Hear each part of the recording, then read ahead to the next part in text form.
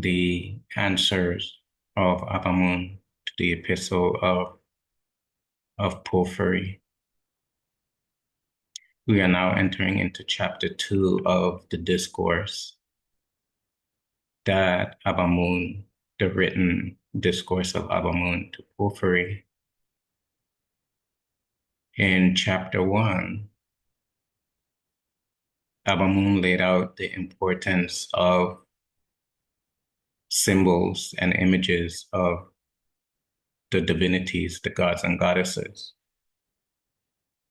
because Porphyry expressed doubt, uncertainty, and misunderstanding of the nature of symbols in his epistle.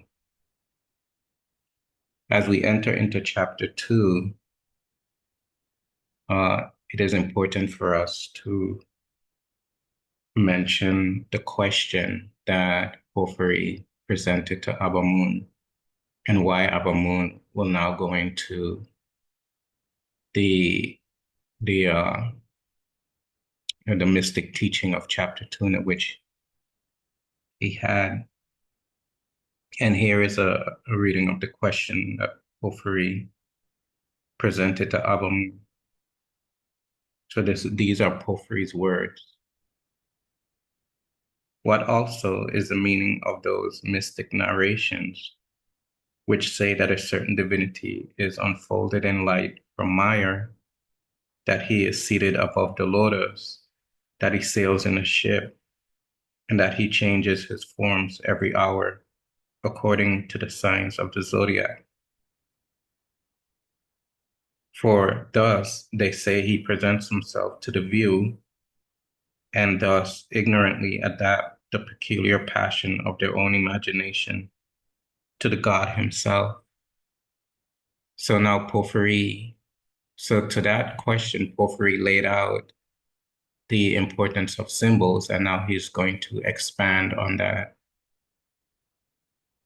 reasoning in chapter 2 to give a more detailed answer to the question. And this is how Ab Amon begins chapter 2 in regard to the question. Here, therefore, the intellectual interpretation of symbols according to the conceptions of the Egyptians. At the same time, removing from your imagination and your ears the image of things symbolical, but elevating yourself to intellectual truth. So this is a strong statement by Ab Amon to Porphyry. First, he's telling him that he's going to give to him an interpretation of the symbols,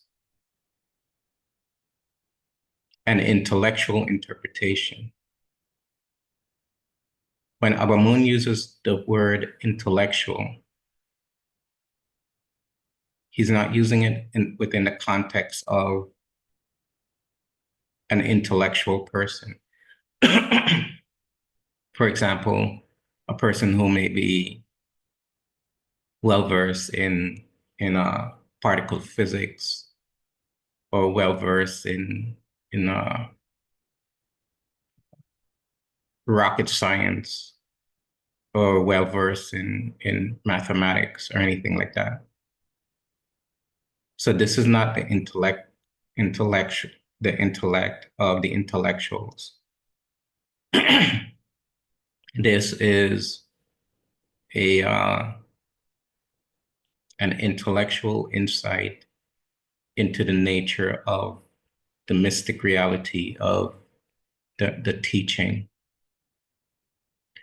So this is a higher intellect.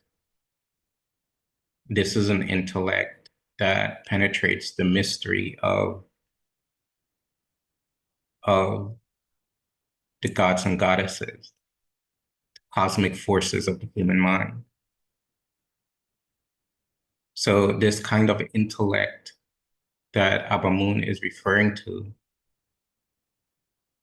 when he says intellectual interpretation, he means the interpretation according to the mystic reality of the divinities,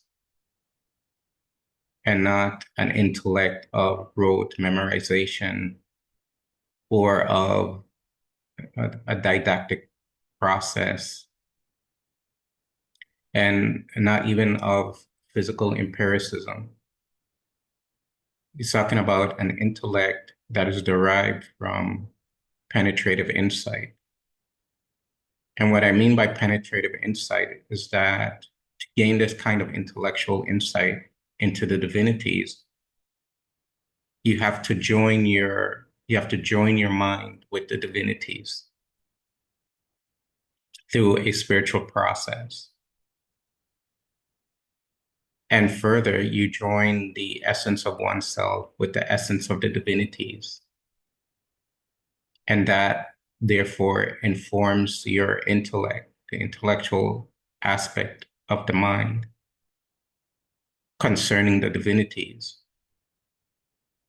So Ab Amun is relaying to Porphyry that the symbols are something that have to be understood from direct experience of the symbol. It's something that you have to incorporate within your personality, and therefore discover the mystery of that symbol within your personality. And that experience informs your intellect, and therefore you can give an interpretation, because the experience is of a nature that transcends the intellectual capacity of the mind. Thus, when giving an interpretation of the symbol, you're giving it from an intellectual perspective based upon that experience. But the intellectual perspective does not equate one-to-one with the experience, because the experience is beyond the intellect, but the intellect takes the experience and forms the interpretation of the experience. And when you receive that interpretation from the spiritual teacher, then that guides your mind to the experience yourself.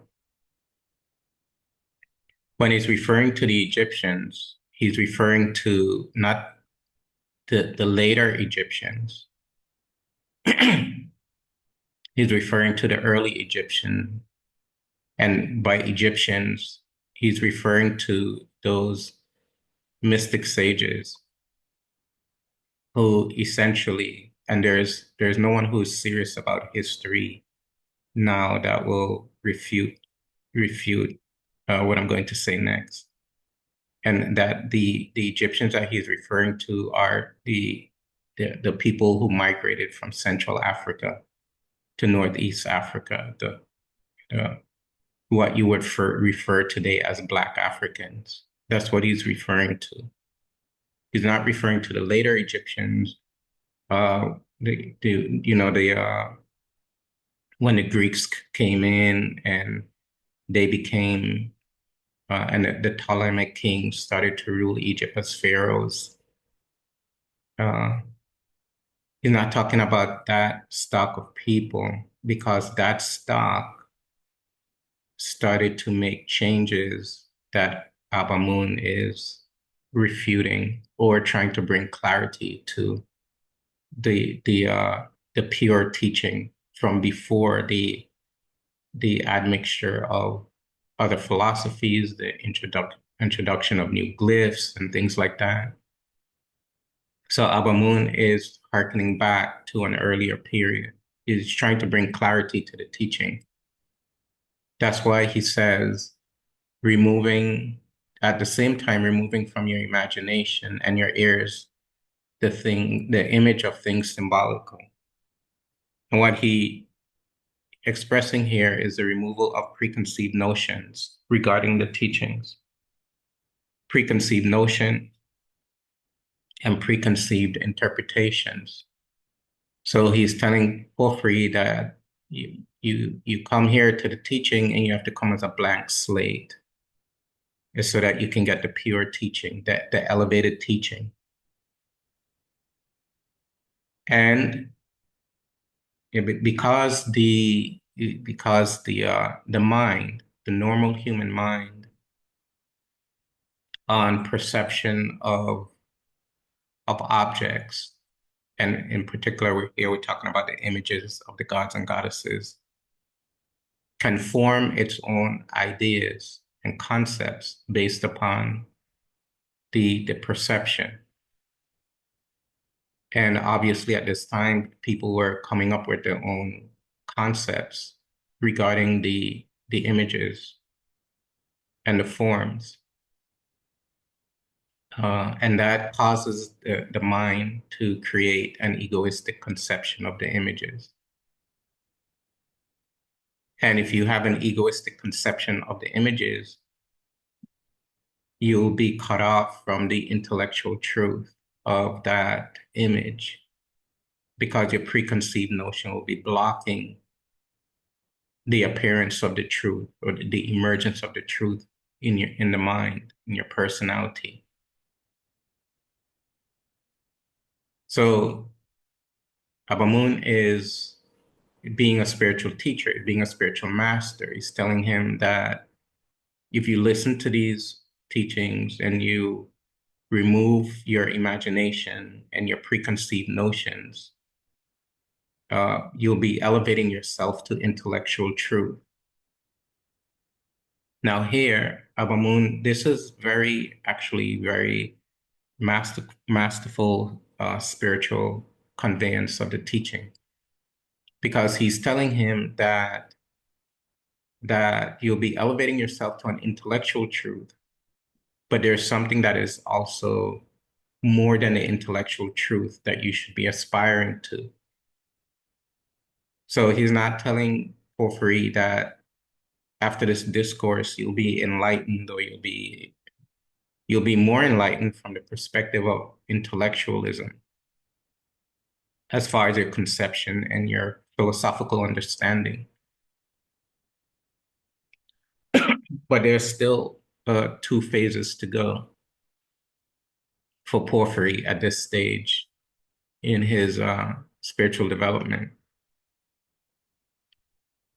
The stage above where he is right now is the the experiential knowledge gained from merger with the symbols, which obviously, based upon his question, he does not have at the moment.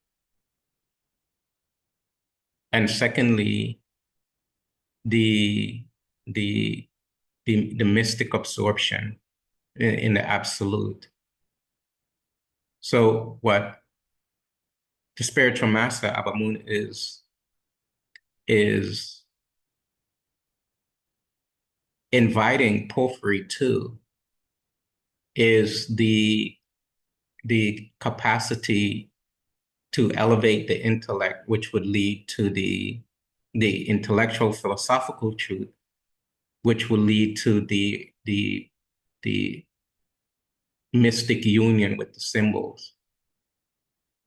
And that mystic union with the symbols will forge an intellect that is beyond the philosophical intellectual truth, because that merger with the symbols would be of an experiential truth, and therefore the level of the intellect will be risen even higher. So Porphyry is starting out at a very fundamental stage. So Abamun is working with Porphyry in the conveyance of the teaching of where he is in the teaching at the moment. Therefore, what needs to occur for Porphyry is for his intellect to become developed, so that eventually he can have a merger with the symbols. And by merger with the symbols, I mean a mystic union with the symbols. And once that mystic union with the symbols occurs, then there'll be a higher conceptual understanding of the nature of the symbols.